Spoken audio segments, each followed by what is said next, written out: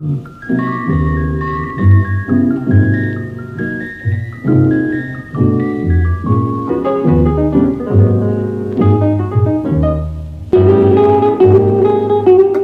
I am Pat Freeman here on the network with my buddy Chris Stevenson. How you doing, Chris? What's going on, Pat? We are once again talking about various subjects here on the network that are of interest to all of you. We hope all of you will reach us at the Buffalo Bullet or by our emails, which will be listed during the course of the program.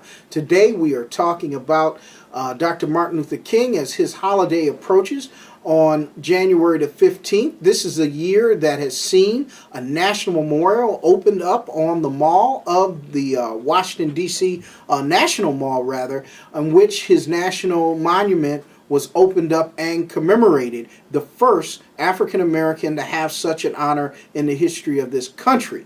Certainly, we want to talk about events that surround Dr. Martin Luther King, especially some of the unnamed people that might be complicit in the assassination. So we have a lot to talk about here on the network today with my buddy Chris. Chris, what are your feelings about Dr. Martin Luther King, the opening of his monument on the National Mall, and possibly some of the controversies still surrounding his assassination? Well, first of all, I don't have to tell you people out there or yourself that that opening of the mall was way overdue. The funds for that should have been done a long time ago, maybe 20 years ago or so. And it's not like we don't have people who have the money. It's just getting them to move to make this. You know, that's the first monument of a non-president on that mall.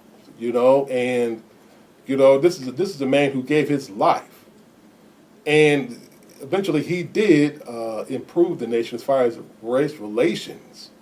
Even though you still got people kicking and screaming over black and white today, but King changed things. He changed the way the world sees black and white, sees race.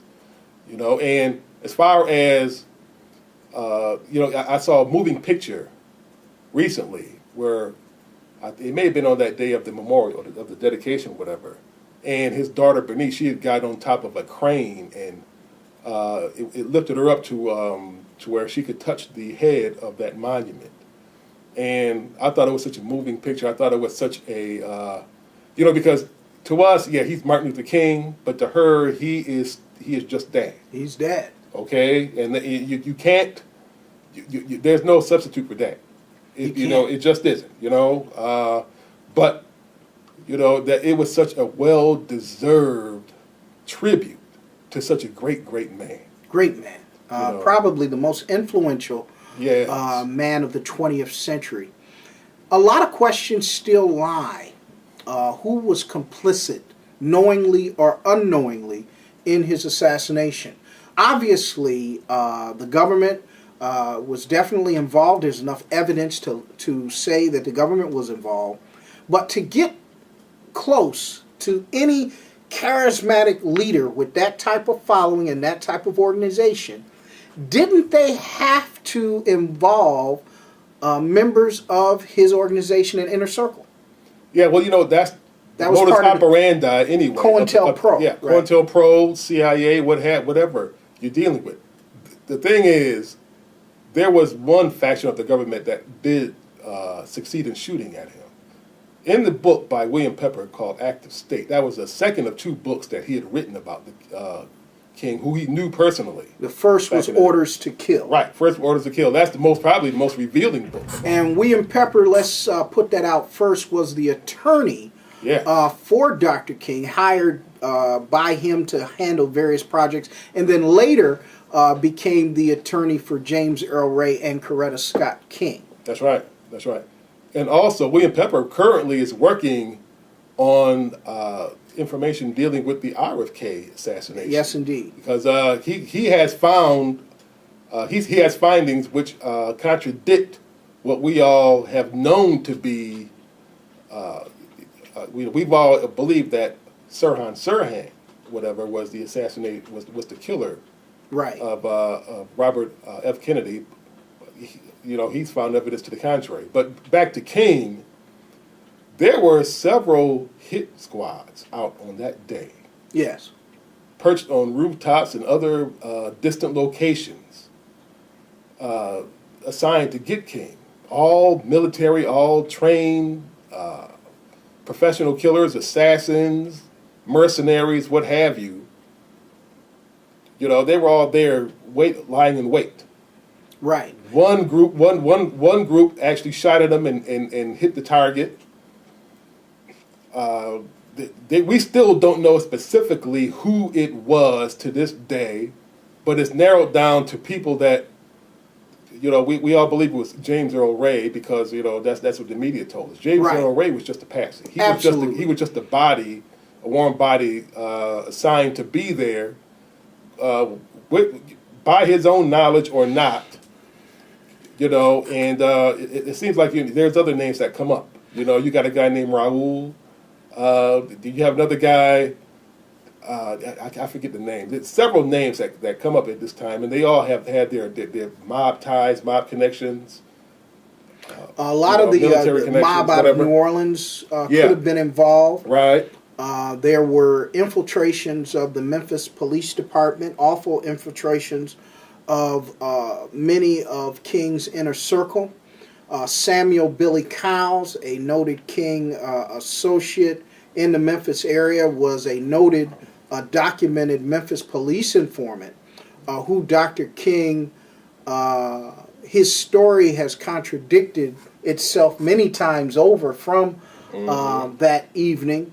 Also, there was an operative that was placed in the King inner circle by the name of Merle McCullough. Merle McCullough is a known operative of the CIA, and he was the one, it was a fact that Dr. King smoked cigarettes. He did not smoke in public. He was smoking a cigarette at the time he was shot. Merle McCullough removed that cigarette, which had locked into his fingers because he was killed instantly.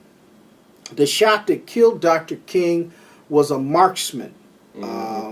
That could not have been a person of James Earl Ray's talents. No. James Earl Ray could not successfully rob a drugstore in a one-sheriff town. He got caught.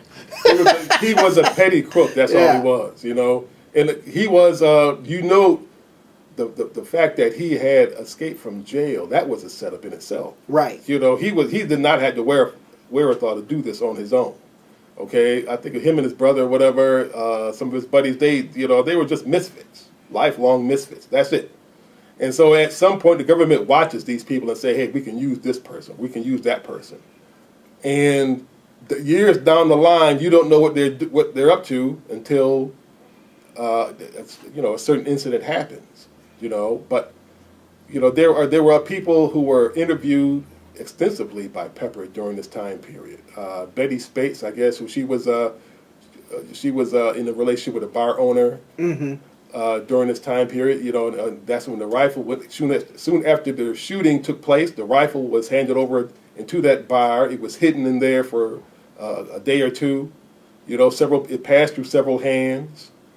You know, so it seems like, you know, it's very tough to get right to who actually did it. But also, what you were making reference to before, you were talking about some of the people who may have been either in King's circle may have been indirectly involved. Absolutely. You know, and that's food for thought. That's food for thought, and that really the concept itself, the idea in itself is very inflammatory because it's, you know, some of the names are people who are highly looked up to themselves. First of all, there's a pastor or a preacher there who confessed openly that he talked to King. Matter of fact, he claims to have, I think, been up for several hours with King prior to the day prior to when he was shot, and he said afterwards that he wanted to, when he went out to the balcony, he wanted to get out of King's way, distance himself from him, so he can give whoever it was who was aiming at him some room to get a clear shot. To get a clear shot. That was Samuel Billy Cowles. Yeah, there's exactly. a video statement of him saying this years later. And I think he's still alive today. Right, he's still alive today. He was a known Memphis police informant. Also, he insisted on Dr. King wearing a tie. that day. So he was the one. Right. And the others did not. Mm-hmm. Jesse Jackson and others wore turtlenecks, and he insisted on Dr. King wearing a tie. So this guy is on the wrong side of history. Nobody's really taking him to task. No. That's the thing. You know, that's very shameful. On various levels, that's very shameful. In the next upcoming weeks, I think we should get further in depth with this discussion. These questions have not been answered, in which mob ties, King's Inner Circle. Also, there were actions by Jesse Jackson. Jesse Jackson removed people from that hotel that were there to protect Dr. King. The invaders. The invaders. Yes. He told them that the SCLC would not pay for their rooms and they had to leave. Mm-hmm. Other members of the SCLC have stated that it was not in Jesse's responsibility to do that. And researchers have said that this was part of the process of removing the protection zone away from Dr. King so he would be made vulnerable. Also, they were not really supposed to stay at the Lorraine Motel that day. Yeah. That was more of a setup within itself. Yeah. So we've got to talk a lot about Samuel Billy Cowles, Merle McCullough, Jesse Jackson, and others that we will name at a later date. So you've got to keep tuning into the network as we dive more in depth into the assassination of Dr. King. So in the second part of the program, let's talk about the election, how things are going. This is an area that's very passionate of my buddy and associate here, Chris Stevenson, as he's enjoying the Republican field of outstanding candidates as they keep assisting in the re-election of President Obama. Matter of fact, didn't McCain get up there and endorse Romney this week and accidentally said that if we cooperate, we will help get President Obama re-elected? What do you mean, McCain or Kane? No, McCain did. Really? That. Yeah, McCain did that. I haven't heard from him. It was an accident. It was a slip of the tongue. Romney had to touch him on the shoulder, like, oh, "You're saying the wrong thing here." He said what he knew to be true. Exactly. He endorsed Romney in New Hampshire at a campaign rally, and he accidentally, in public, on video, stated that if we all cooperate, we will help re-elect President Obama. Romney walks up to him. No, you don't want to say that. It's already caught on film. It's already all over YouTube. I think the Obama people already have it on tape. They're going to use it to their benefit. So thanks a lot once again for our senile senator from Arizona. Yeah, really. Who's helping Obama in his re-election. And they all are. Yes, the latest columnist on my blog, Dr. Anthony Samad, he put it perfectly. He called it what did he call it? A conservative wrong statements contest or whatever. Yes. I'm forgetting how exactly he put it. But that's what it is. They're all trying to outdo each other. Yes. Who can say the most outrageous things, and over the last 2 weeks, you've heard plenty of it. Yes. Attacks against Michelle especially. What about the war that is simmering between Gingrich and Romney? I mean, Gingrich is really mad. He was ahead in Iowa. Mm-hmm. And all of a sudden, Romney began one of the most vicious, negative attacks that you have never seen in the history of primary politics. Yeah. Because primary politics is a difference between, if you want to explain that first, the difference between primary politics and national election politics. Mm-hmm. We've seen in this election, that is off the table. Right. Primary politics is nasty. Primary politics is infighting. Right. It's party within party. It's interleague baseball, so to speak. It's not supposed to be as nasty. No. It's supposed to say who's the best one to represent our party. Yeah, we've seen a totally different animal. Well, we've seen a different thing. We've seen something completely different. But see, Gingrich can't be but so angry. Right. Because this happened to Kane. It was who outed Kane. Right. Okay? But Rick Perry. So, everybody's trying to be sneaky and everything. But, Romney's protecting his turf. He said, hey, Romney really is the most stable of them. currently. You know, the next guy that they're looking at, Santorum, I don't see. He's another No, wild guy. he's got bad stuff in the closet too. Yeah. So you know, he's not going to last long. Right. You know, they're trying out. You know, the Republicans are trying out their different flavors of the month every month or so. If you keep an eye on them.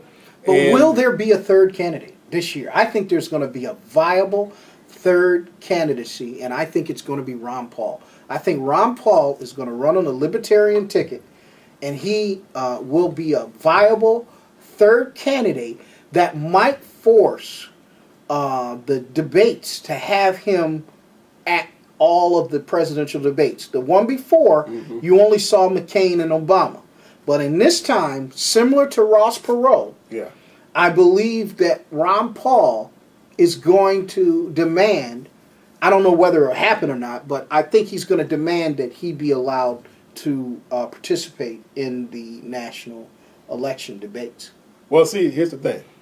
Ron Paul, the libertarian thing is now being outed as conservative. It's a cover for the Tea Party. Yeah, it's closet conservative, like Tea Party cover type of thing. Now, this is mainly because a lot of Ron Paul's viewpoints from way back are starting to come to the forefront. Now, here's the thing is, so really all that can do, if he becomes a third party candidate, Obama should shake this guy's hand, because that's going to it's going to help him eventually. Absolutely. It's going to split the Republican vote big time. Yes. So if that's what Ron, if that's what you want to do, please come out there, have a ball, but you're not going to get into the White House unless you're paying Barack a visit.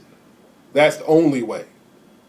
But there's a huge, he might become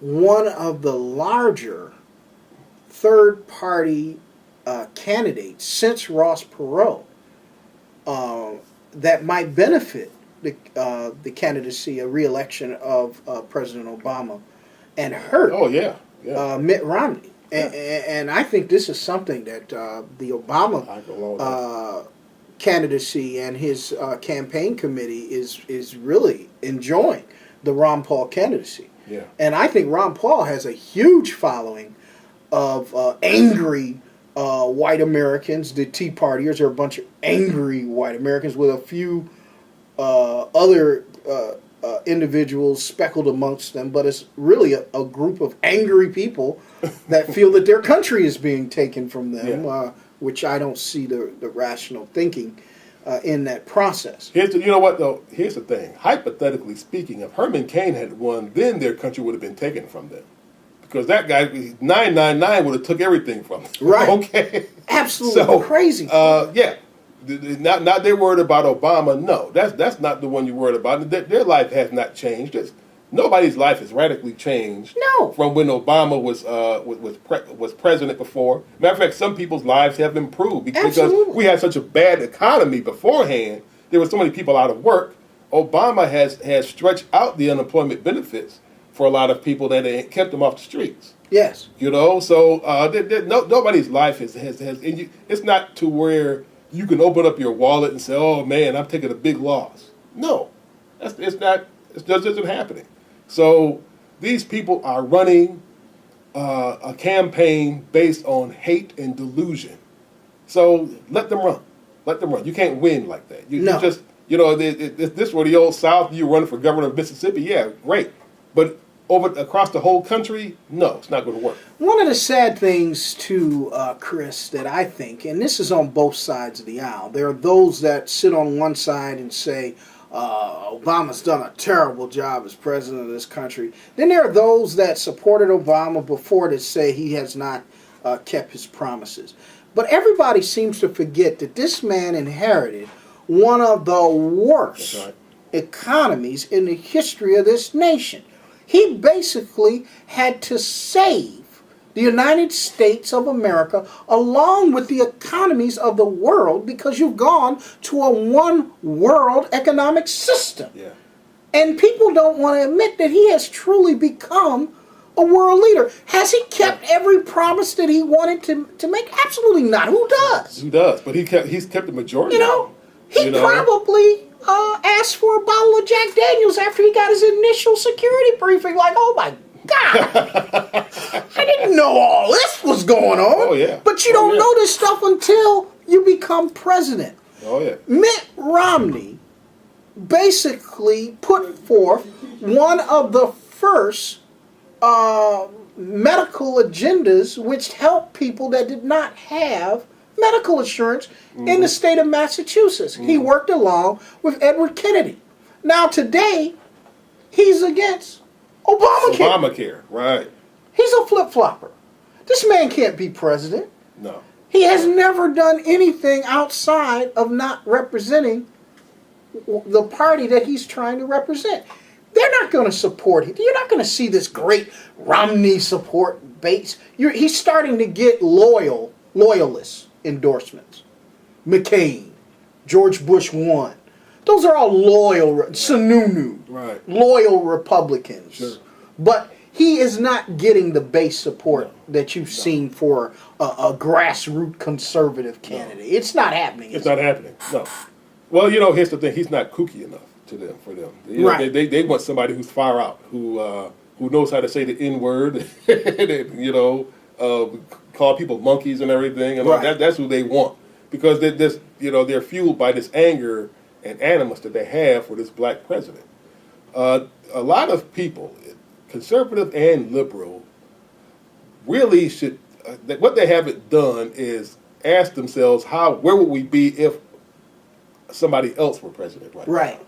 That's what they need to ask themselves. They're nitpicking and cherry picking Obama over this and that, and it's not that. That's not the issue. They're looking at the Obama and saying the glass is half empty. Right. They need to be saying, no, the glass is almost full. And they're afraid to deal with this man's accomplishments as president. Right. He's done more to fight the war on terror than the person that initiated. This is the hardest working president probably we've had since Roosevelt. Yes. I'm dead. He said he was going to hit the ground running, and he's done just that. He started before he took the oath of office. Yeah. And he has put together programs which have helped this nation get back, whereas this economy is starting to move forward. Yeah. Hey, everybody was talking about, well, the unemployment rate is double digit. Well, it's 8.5%. Just came out. 8.5%. The lowest it's been in 3 years. Yeah. Do people realize, Chris, what this man actually inherited? An absolute mess. Yep. Those two wars were draining vital dollars out of the economy of this nation and helped to run the deficit up to $14 trillion. And they try to blame it on Obama like he was here for 8 years. Yeah. They're talking about, Exactly. the deficit has increased $4 trillion since he was president. Well, it increased $10 trillion under Bush. Yeah. He put you in two unwinnable wars. You can't win those wars. No. You couldn't win them. And you're not going to win them. But this man has done more in his 3 to 4 years that they've done in years preceding him. Yeah. I was looking at the Obama administration. I saw an article on Facebook. His administration they just signed some legislation where they expanded the meaning of the word rape. So it doesn't necessarily have to mean just women, or it doesn't have to mean just you're literally being raped. You know what I'm saying? You can be forced. They expanded the meaning of that because they were using the 1929 version of the word, which was way outdated. Yes. Okay? And, today it could mean coercion. Of course, it could mean prison rape, same sex, everything. All that across the board. So now the FBI has to take a look at everything. Okay? So people are looking at this. This is Obama's doing. Yes. He's doing it, and people are just closing their eyes to it. Okay? Yeah. This guy is covering a lot of bases. And I don't think people are really going to completely appreciate it until years after he's out of office. He has done way more than I could have imagined. My biggest concern, Chris, when he took office 2008, 2009, was the expectation of a miracle in which Yeah. a lot of people expect out of our elected officials and leaders. And I thought they probably wanted too much from him. His first 4 years, or first 3 years right now, have been spent basically trying to correct the damage of 8 years of absolute mismanagement by one of the worst presidents in history.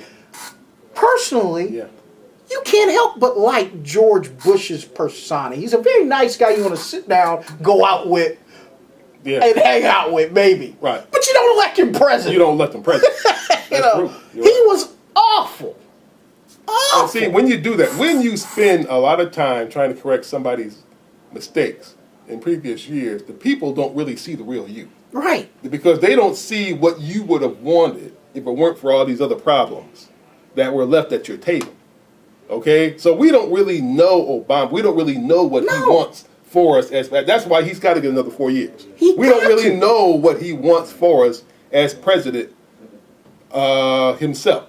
We don't, you know, so but basically you were running down here. Now he's trying to move it towards stabilization. That now he can start implementing the things to make this country a better country and change it for the next 10 to 20 years. Exactly.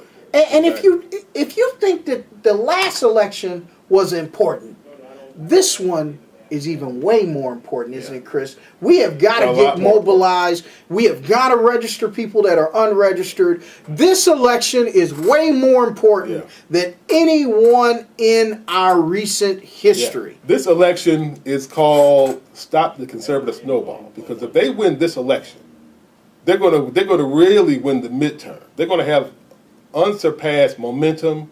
And they're going to introduce us to some wacky, crazy politicians over the next 4 years that we have never heard of and should never hear of.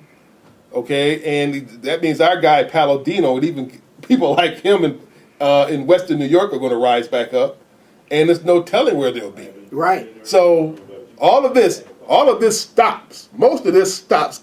It comes to a dead stop when you vote for Obama in 2012. Right. We're going to have to talk more about this on next week here on the network. We're going to talk more about Dr. Martin Luther King.